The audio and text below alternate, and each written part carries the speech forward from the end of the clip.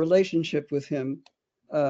He comes for therapy because he wants to get out of being a forger, and also uh, he has a lot of trauma from his past that have impeded his ability to relate to people or have a love relationship and all that kind of stuff.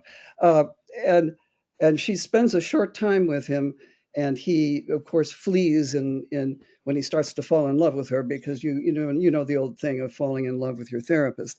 Now Yeah. she, on the other hand, has been is a little bit, has some of me in her, of course, being a therapist, uh, Right.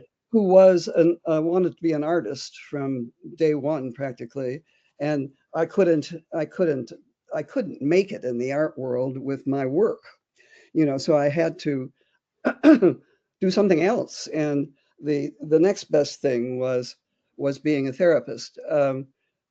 Having come from a psychologically oriented background. But anyway, the thing about her is she's still an artist, which you could say about me.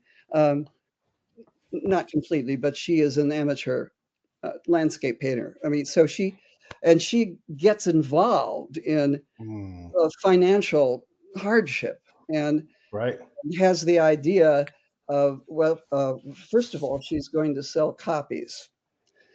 We talked about the copy thing, and that's an okay thing to do, but you can get a lot more money selling the stuff as the original, which she is on the border of thinking of doing. Then she Mm, meets this forger guy, and he he lets her in on all the secrets of how to do it, and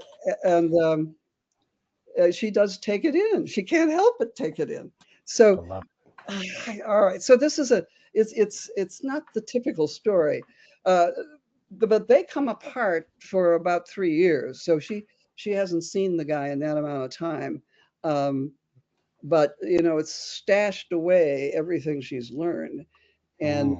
and it's later she gets into financial trouble. Uh, but she comes across him later. They're in the same town, which is this town, San Diego, and to authenticate this painting, the Matisse that's featured here.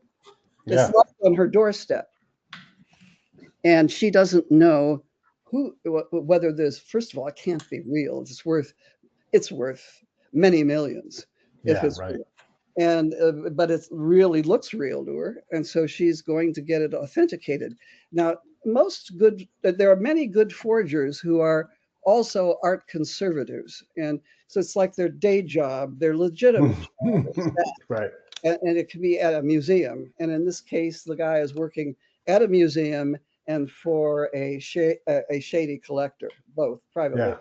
So she takes the painting to him, uh, her old friend Nick from many years ago, to ask about the authenticity of that painting.